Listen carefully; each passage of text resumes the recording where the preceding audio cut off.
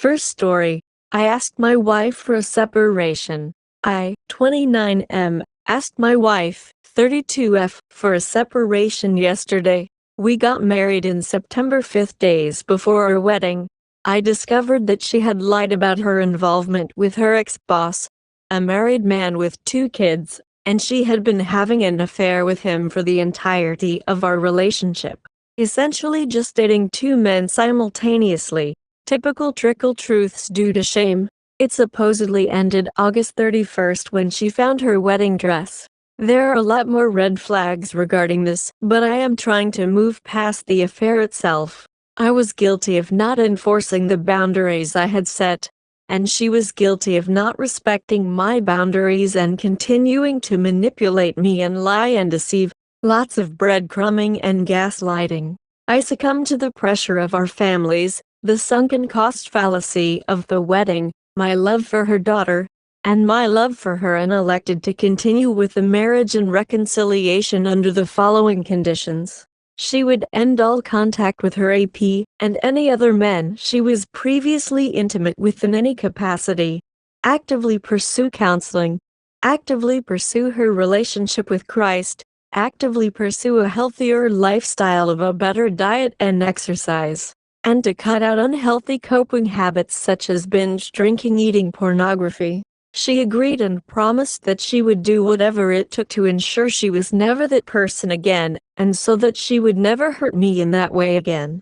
Among other vows, I baptized us together the night before our wedding and had such an amazing day together when we wed, and asked all of our family present to help guide us and support us, and to help hold us accountable to avoid the mistakes made previously. The last 2 months have been an absolute roller coaster. I started a new job that requires me to be gone for significant amounts of time. We discovered she was pregnant, something we both wanted dearly, even before the affair. She miscarried. Dynamics and priorities have shifted. She started out strong. Contact with the AP other men. To my knowledge, she has not communicated with her AP at all or other men inappropriately. She immediately gave me access to all of her devices, set her messaging up on my iPad, and has been relatively transparent. However, we have had 6 men over the last 2 months reach out to her that she was previously intimate with in her past before me. I asked her to delete or block anyone she was intimate with. She didn't. Boundary crossed. She even offered one of them to come see us, not just her, whenever he was in town. We agreed to change her phone number so that the triggers would not continue for me. However, she still has men reaching out to her through her Apple ID. Counseling. She immediately signed us up for Regain, and we pursued couples counseling together. We did this for about a month, and we decided that the counselor wasn't the best fit for us, and that we would find a new one, as well as individual counselors. I found an individual counselor immediately, through a referral from my previous one. I also found her a referral through my new counselor. That was almost 4 weeks ago. She called them the first week and left a voicemail, and only after the risk of separation did she call them again yesterday, claiming that we can't afford it and she's too busy. I am paying for it and have referred her. Boundary crossed that she would pursue counseling. 1 week is understandable. A month is not. Her relationship with Christ, she has done a wonderful job on the spiritual front. She is active in church and devotionals, although this has waned since the miscarriage, understandably so. Immediately following the discovery of the affair, I invested hundreds in premarital books, devotionals, Christ-centered recovery, etc. We have completed one of maybe 12. Never completed our Christian premarital counseling.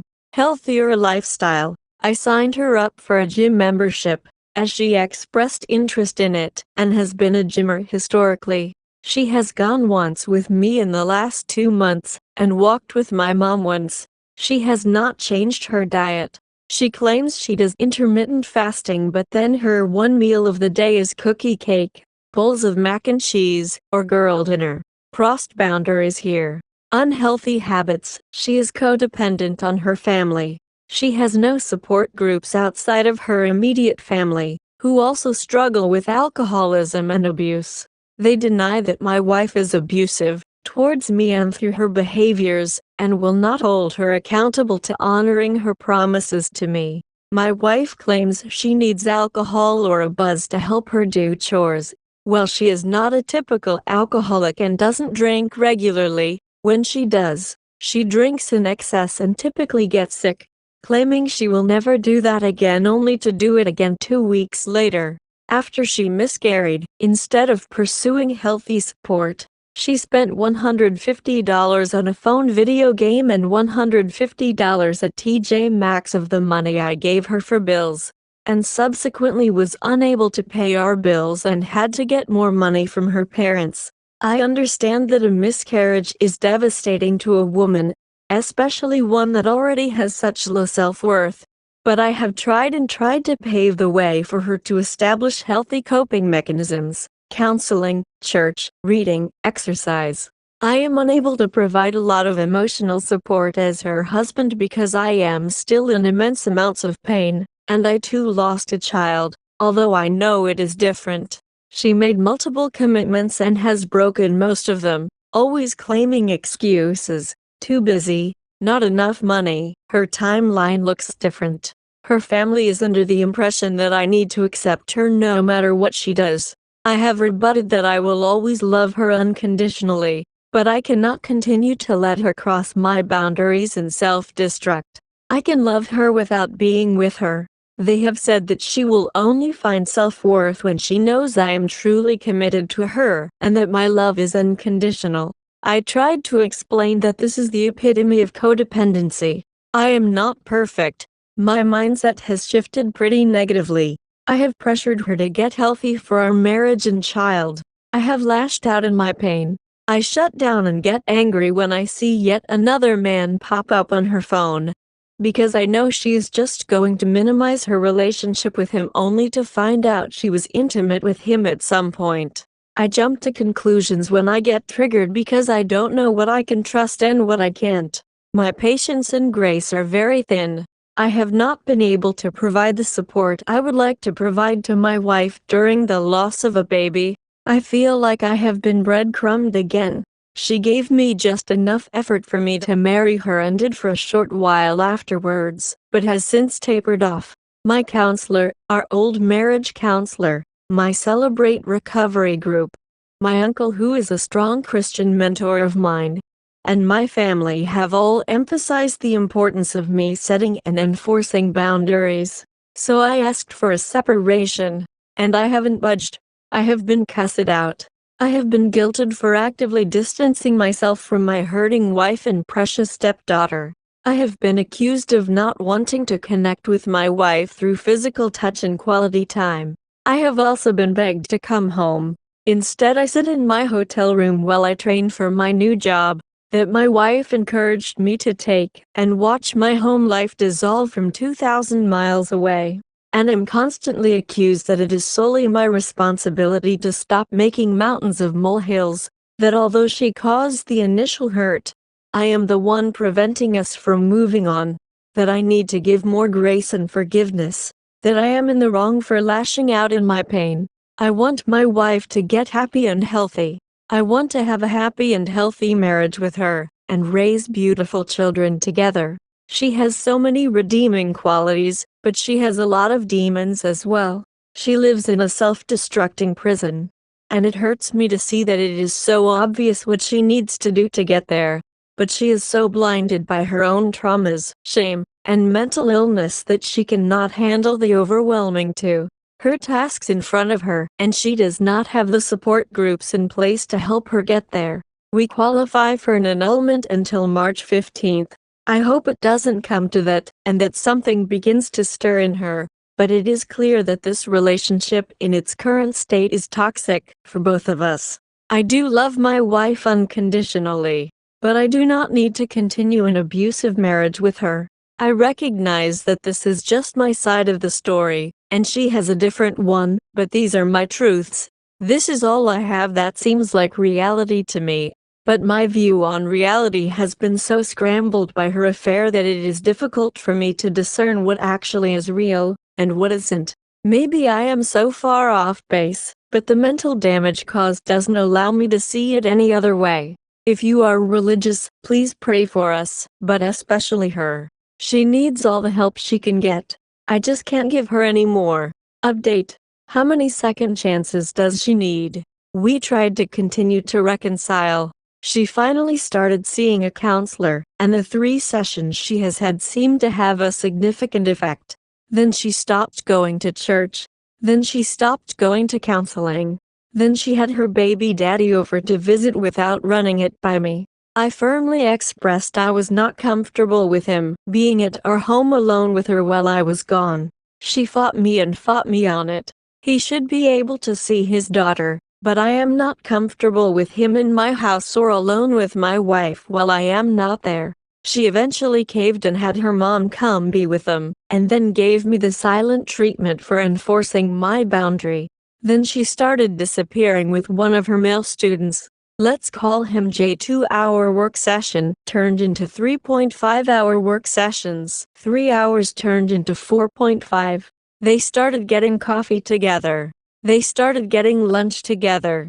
He is around for nearly every one of her appointments, even the ones they don't have together. I noticed this trend. I expressed I was uncomfortable with him and the level of interaction their relationship was beginning to have. She acknowledged it and said she would not allow him to sit in anymore. This was last Thursday. Last night, I got a picture of my stepdaughter at her Christmas musical. Jay was in the background. I then found out that my wife and her family took him to dinner afterwards too. He is her student client. I expressed I was uncomfortable with him. She did not communicate with me he would be there or that she invited him. I found out by a third-party picture of my stepdaughter. She assures me that they are not having an affair, and the dude is not attractive at all, but my wife's behavior is unacceptable. She refuses to take accountability for it. She knows I am uncomfortable with him, regardless of the reason, regardless of past infidelity, and elected to deceitfully spend an evening with him. She has had an explosive meltdown the past 2 nights regarding me, stating that it was unacceptable behavior of a wife who is trying to repent and reconcile. Even if there was not infidelity, it is unacceptable behavior and disrespectful to our marriage and me as a husband. Her excuses are, I told you he wasn't anything to worry about, so I didn't think you would care. And I invited my students because I felt bad. They are separated from their families for the holidays, and I don't think what I did was unacceptable. Even though I knew you were uncomfortable, this isn't a dictatorship. You don't get to control who I'm friends with. I have extended our separation to the new year. She has flip-flopped between divorce and counseling and back to divorce. I have signed the annulment paperwork and need to get her to sign it. I am trauma bonded to my wife. She is beyond toxic to me. She is cruel to me. She disrespects my boundaries with men. She has abandoned me as her husband and the vows she made to me before God. But I can't fucking walk away. Her talons are deep. The fantasy I had of her and our future is too strong. I know I need to leave and never look back. I know I need to demonstrate the consequences to her actions. How do I leave? Update. Well, it kind of happened again. It's me again. Please be kind. I am in extensive therapy and support groups. Things significantly improved once I came home from training. January-March were spectacular. We made a lot of healthy progress. I became significantly less controlling. She became significantly more communicative. We did a great job being intentional with our time, recovery, and relationship in general. Fights became fewer and farther between, less explosive, and we would actually implement solutions to the problems that came up. We were both actively in counseling and marriage counseling. She did a better job, not perfect, of respecting agreements and boundaries. We were very active in church, and were regularly attending 2 great church groups. Things were looking up. In February, we discovered she was pregnant again, and we were actually happy about it. In February, we lost our second baby. I came home from work early to comfort her and to grieve myself, and took some time off in March to give myself some space to heal. On March 7th, I discovered that she had watched pornography as a comfort for the second miscarriage. This is an issue because we vowed to each other that we wouldn't be bringing porn into our marriage. Then I discovered that she had been consuming porn and hiding it from me for our entire marriage. Then I discovered that she would regularly neglect her daughter, leave her in the bathtub, or on the couch in front of the TV, etc. while she pleasured herself to pornography. Then I discovered it was almost every time I would leave the house, and she would encourage me to go out with friends just so she could pleasure herself. Then I discovered she still had all of the inappropriate pictures and videos she made with the man she cheated on me with in a secret app. She claimed that she deleted the app prior to our wedding, but there is no way for me to verify that or trust that she didn't use that material. I pointed this out as an addiction, and she claimed that it wasn't an addiction because she dated a man with a real porn addiction, and this wasn't that bad. She acknowledged this was a massive breach of the frail trust we had rebuilt. This created an environment where I didn't want to leave the house because I knew what was happening while I was gone. This crippled my self-esteem, especially sexually. She asked for reconciliation and to join me at my therapist's because they specialize in affair recovery and sexual addiction. We filed for divorce on March 21st, and I moved out to the couch while we worked on the transition.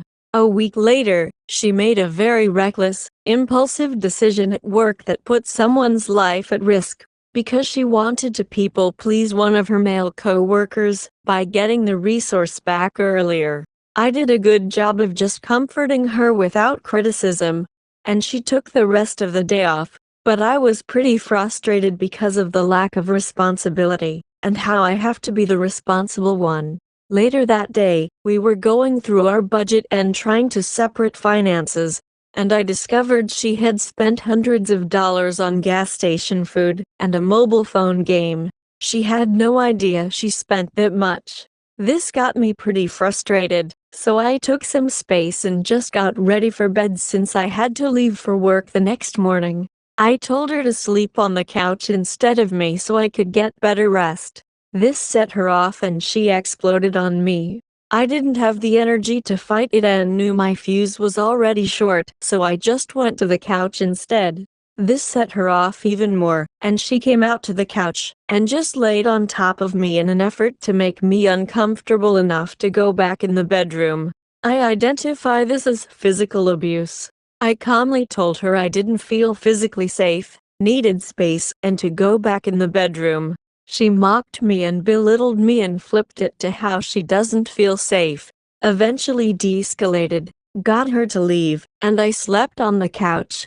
The next morning, while I was showering, she came in to apologize for how she expressed her feelings, but not the content of which she expressed. I told her I didn't forgive her and that the physical aspect was absolutely unacceptable. I packed my things, kissed my stepdaughter on the forehead, told her I loved her, and tried to leave. My wife stopped me and started asking very detailed questions about when I was leaving and when I would be back, and I felt she just wanted no to act out. I snapped, told her I was disgusted with her behavior, and that I would be leaving soon enough for her to enjoy your porn. Or maybe just have another man come over to please you since neither of those are beneath you. I couldn't even look at her and left. She immediately blocked me on everything and began the scorched earth process. In my anger, I exposed her publicly. I felt like my voice and my story needed to be heard since she silenced me for so long. The next day, she got fired from her job for a lot of cumulative reasons but mainly the accident. I came to find out that she also impulsively moved everything out of the house that day, even though we have the house through April. Uprooted everything, and her poor daughter, immediately and impulsively. I came home from work to be homeless, with all of my belongings stuffed into my storage unit. with my STBXW unwilling to talk to me at all. She isolated me from all of our friends. She won't file her divorce paperwork or taxes, so I am just stuck in this purgatory. She has become the most cold-hearted, cruel woman. She talked to my brother and said that I have a lot of amicable qualities, but she hopes that he never speaks to women like I do to her. None of her family will even acknowledge my existence, and they've already come to rescue her from her poor decisions. I've been living out of a suitcase in hotels, alone, for a month, and just got into an apartment, but have no furniture and am absolutely hemorrhaging cash. An affair, betrayal, constant deception, broken commitments and vows, addiction, alcohol abuse, pornography abuse, manipulation, impulsivity, people-pleasing, enmeshment, miscarriages. So much trauma. I am seeing a dedicated trauma therapist for CPTSD and love addiction, and am in multiple groups, Celebrate Recovery, Bible study, church community. I have some family here that have been very helpful. There are two parts of me. My head is absolutely disgusted by how I have been treated and the decisions she has made. My heart hurts for her and the things she is putting herself through, and wants to care for and support her. I know I genuinely love her, but it is intermingled with my own addiction to her as a result of the abuse. I am a survivor of narcissistic abuse and my story deserves to be heard. Update. Separated. WW won't sign her divorce papers. Pretty confused here. If you look at my post history, it's pretty evident my wife struggles with sex addiction, BPD, NPD, abuse control, or all of the above. We filed for divorce on March 21st.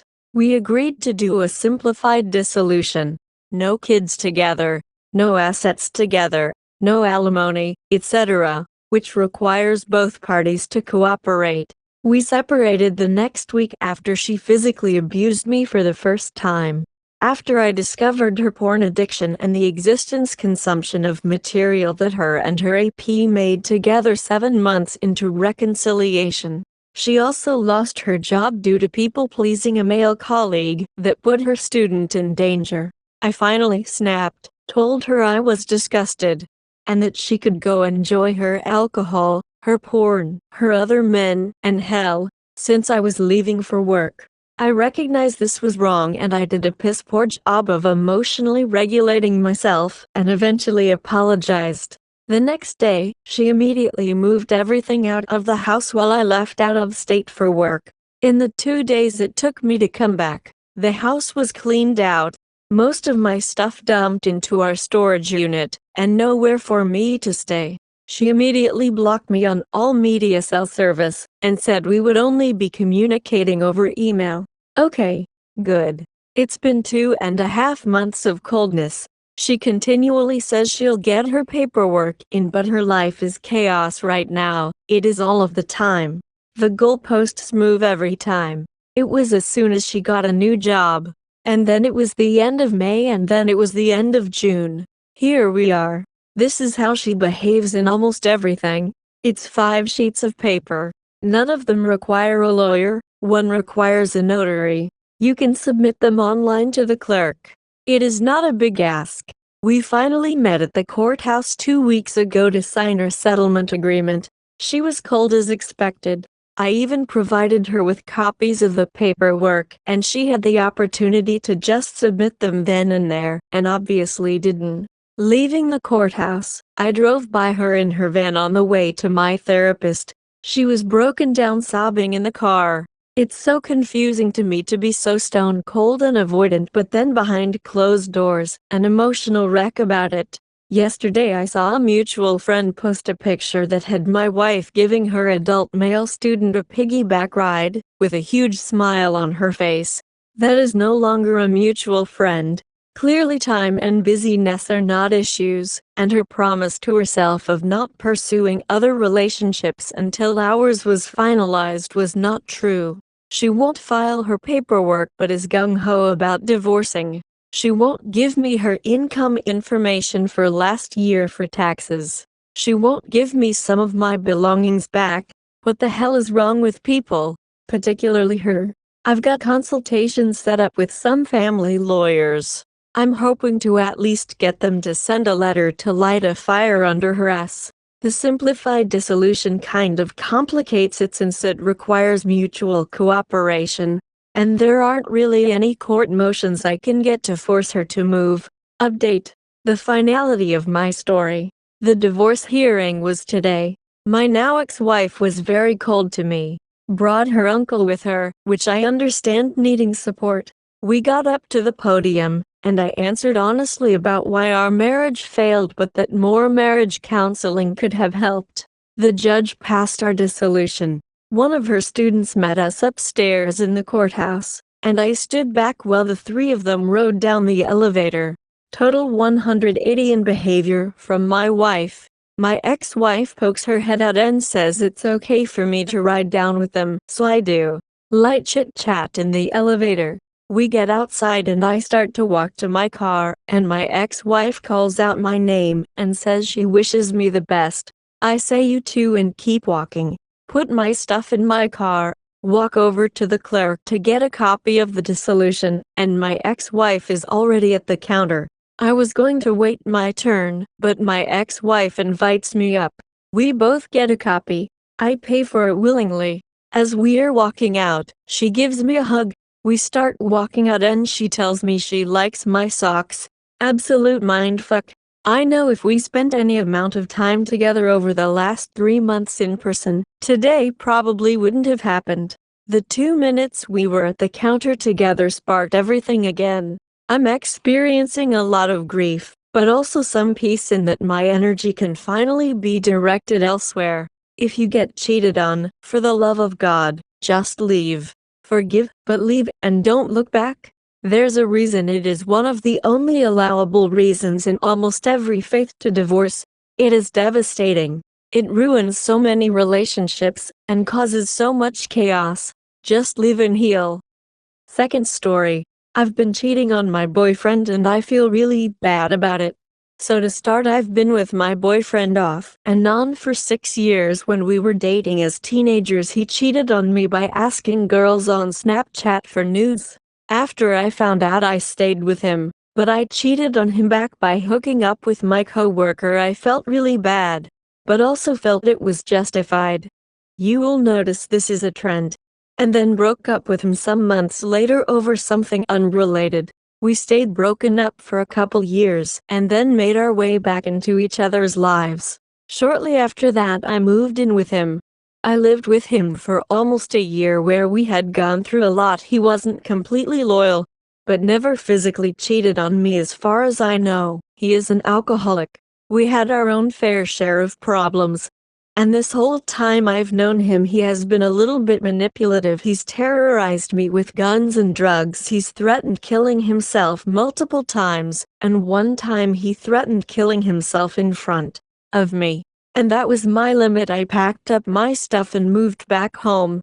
I thought I was done with him for good, but we talked after that. He apologized a bunch, and he started doing things right, like getting me flowers and being super involved in that kinda shit. That didn't really happen much while I was living there. Well, we've moved past that and nothing like that has happened since, besides the occasional I want a KMS. It's been like 6-8 months since I moved out, and even though I forgave him, and I'm still with him in my mind, I've been half single since I moved back home. So this first guy I hooked up with I've known since high school, and we hadn't spoke since then, all the way up until the day I moved back home. He texted me saying he felt like checking in on me to see how I'm doing, and I'm a sucker for fate. BC. There was no way he could have known anything that was happening with my boyfriend and I. So we text for a while, nothing crazy, and then my BF relapsed again and started drinking and talking crazy and passing out for the whole day. Then after a few days of trying to get my BF's head on straight, I stopped caring. I realized I need to put me first in the situation, especially if he's gonna choose liquor over me. So I told the guy I'd been texting to come over. We hooked up one time, and that was that. I still text him, but haven't seen him since. And then several months later, I went out with some friends to a club. We stayed till close, and I drunkenly hooked up with the security guard from that club whole time. I feel like a puss because of this, but I'm still in this mindset that he has put me through so much that all of this is justifiable.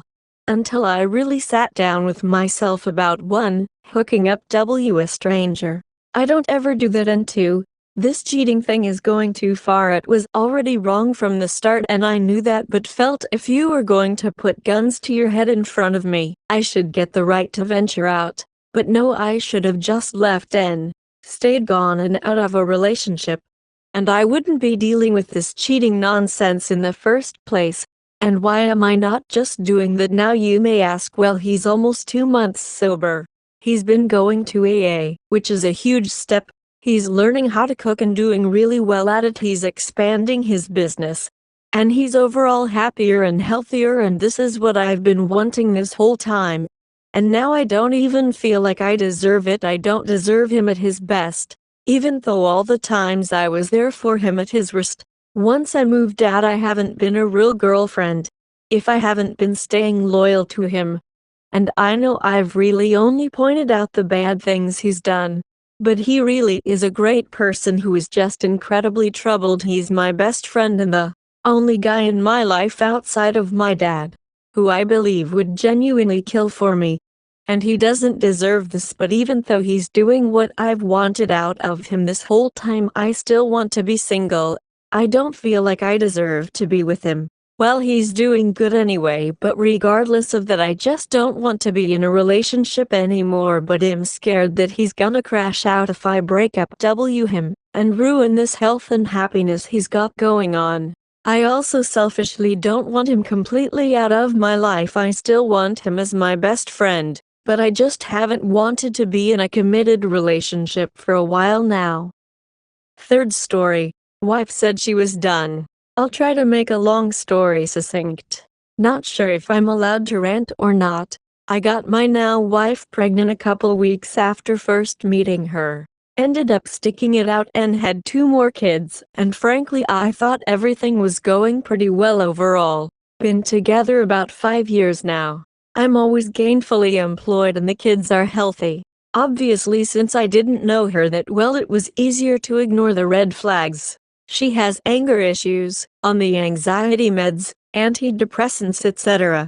The last few months she hasn't let me see her naked as much, touch her, and sex has dropped way off. She did gain a lot of weight. I gained some myself, so I sort of understand. After a bunch of fights she committed. She came up with this, by the way, to sex 3-4 times per week on designated days. She said it helped that she knew the day so she could be prepared mentally.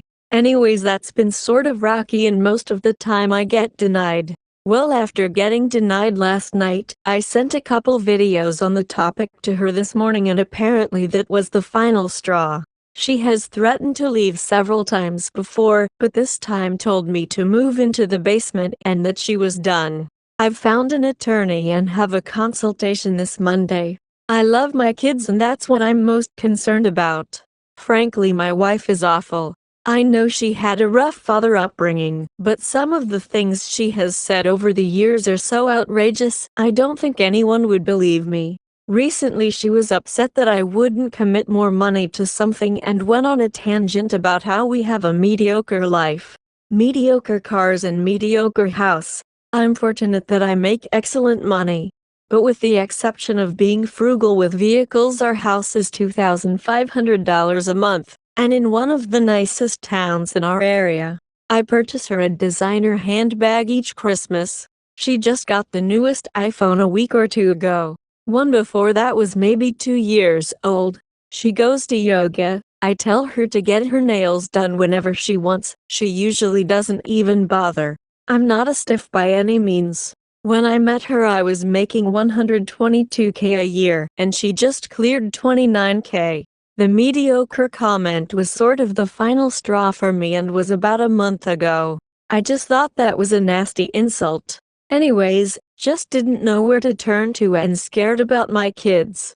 I wrote a list of all the stuff she's done or said to me, and it did lessen the pain a good bit. Edit. I want to share some of the things she's said with context attached. I'm not perfect and I will be honest. Think of this but screaming at the top of her lungs and in front of our kids. I can't believe the cops have not been called on us. Fuck your family. Parents bow her a computer to finish college with the second or third time they met her. Granted, my mother is an overbearing intense Jewish Latina. Hanukkah is a stupid holiday. My family is Jewish, my wife is not. We do Christmas and Hanukkah. Hell, I really enjoy Christmas. You're fucking stupid. Many times, you're a fucking idiot. Many times, you're a retard. Last one was today. All you want to do is get your fucking dick wet. This life is mediocre. Mediocre car. 2015 fully loaded Honda Odyssey with the TV and everything. Yeah, it's old, but I snagged something quick when baby number 3 came. Mediocre house. Top rated city in our state. I hate this life. I'd rather die than keep doing this your stupid diet. I've been struggling and I do harp on it. Insulted my sister. Sister might be the closest thing to a saint I've ever met. Insults my mother, has threatened to leave and take away my children. Not unique, I'm sure. The car is cheaper than necessary, yes. I do very well at work and consider myself lucky. I just found the comment about it degrading. It's in great shape for its age and very presentable. I had even said we could upgrade to something near brand new next year. Fourth story. I can't stop thinking about my old FWB. Husband 30 and I 28 have been married for 8 months now. We met in March of last year and married pretty quickly. I regret nothing. Our marriage is great, we are best friends. Before meeting my husband I had a FWB that lasted 3 years. It was exciting, sex was fire, literally, chemistry was amazing. We are really close too. FWB and my husband even meet a few times. When we first started dating, when we would run into each other while out. FWB is very happy for me and we want the best for each other. Hubby knows about our past, so obviously had to cut ties with FWB and set boundaries.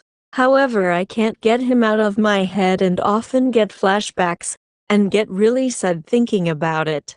Although I'm having these feels, I know I don't want what we had. It was in a way toxic. We were not in any way compatible. I don't know if I'm even looking for advice, but just needed to express how I'm feeling cause I feel wrong. My husband is in love with me and these thoughts make me feel guilty. IDK, I even had a dream last night that I cheated with the FWB and now I can't stop feeling weird. Married and having thoughts about an old FWB and feeling guilt about it.